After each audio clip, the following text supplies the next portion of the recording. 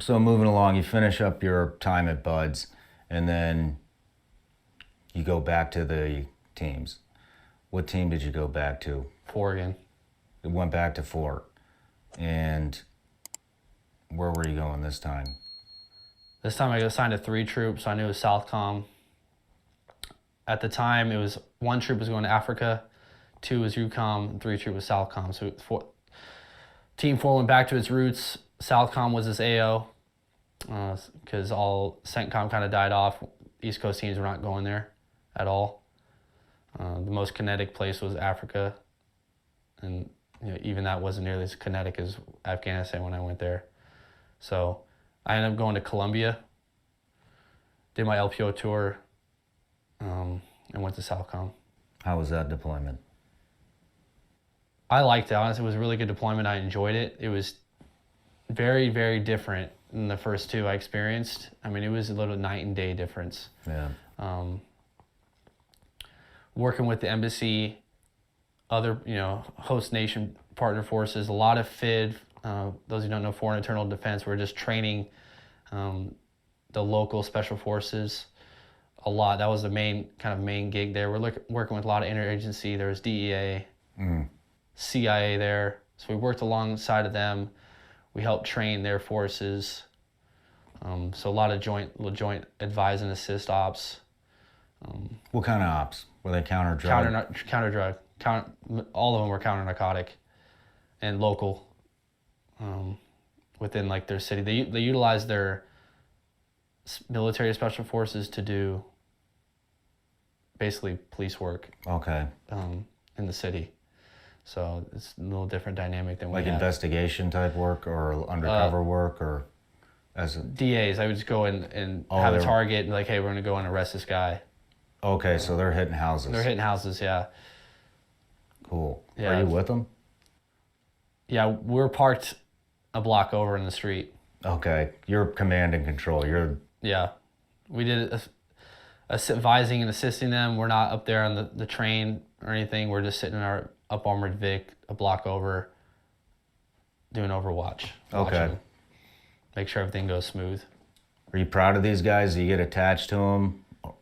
Towards the end, I did. Yeah. We also helped develop their whole selection process as well for their special forces unit. So I myself, being the lead guy down there in that part of Colombia, had a lot invested in this, and I was proud of the product because we helped stand up their course, which produced their quote unquote operators. Yeah. So, and I was pretty pleased on how motivated and effective it was, and how much time and effort they put into it.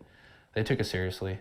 So this is this is a completely different mission than what you're used to, being overseeing foreign nationals operate in their own country and training them what to do and how to do everything. And it sounds like you really enjoyed that, and it was a nice change from the Middle East.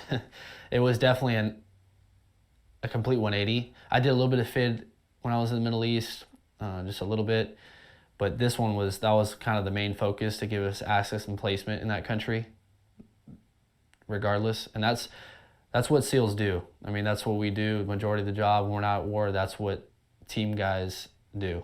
So we got to have, FID is important. It's part of the mission. Guys don't like it, but it needs to be done. Yeah. So we did a lot of that, but I enjoyed my time there. I mean, being in that AO was pretty comfortable in Colombia, so. And that was your last deployment? That was my last one, yeah. How long after your last deployment did you decide to separate out of the community? So I finished that deployment and then went to trade at the training command for 2 years. Okay. I made chief. I ended up being the chief of SAUC, Special Operations Urban Combat, it's just a training division in the big umbrella of all of the divisions. I was in charge of one of them. And I did that for 2 years. Spent a lot of time in Kentucky. That's where our training was out there. So Mount for you civilian types is basically urban warfare. It's moving as a team small unit tactics in and out of urban environments, downtown cities, stuff like that. Heavily focused on that, leadership skills, communication. We did a lot of shooting, CQC, Yeah. close quarters combat. That was kind of the culmination of the workup for guys, the assaults block. Kind of what all the team guys look forward to, because it's the best block. All the team guys want to do assaults. Yep. They all want to do CQC, they all want to shoot shit, want to do DAs. So that's what that block is. But so I learned a lot.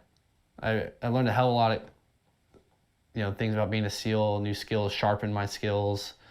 Learned a lot more leadership stuff, just bigger pictures, kind of staff stuff, being in that role, being like a chief of a cell. Yeah. But it was 2 years.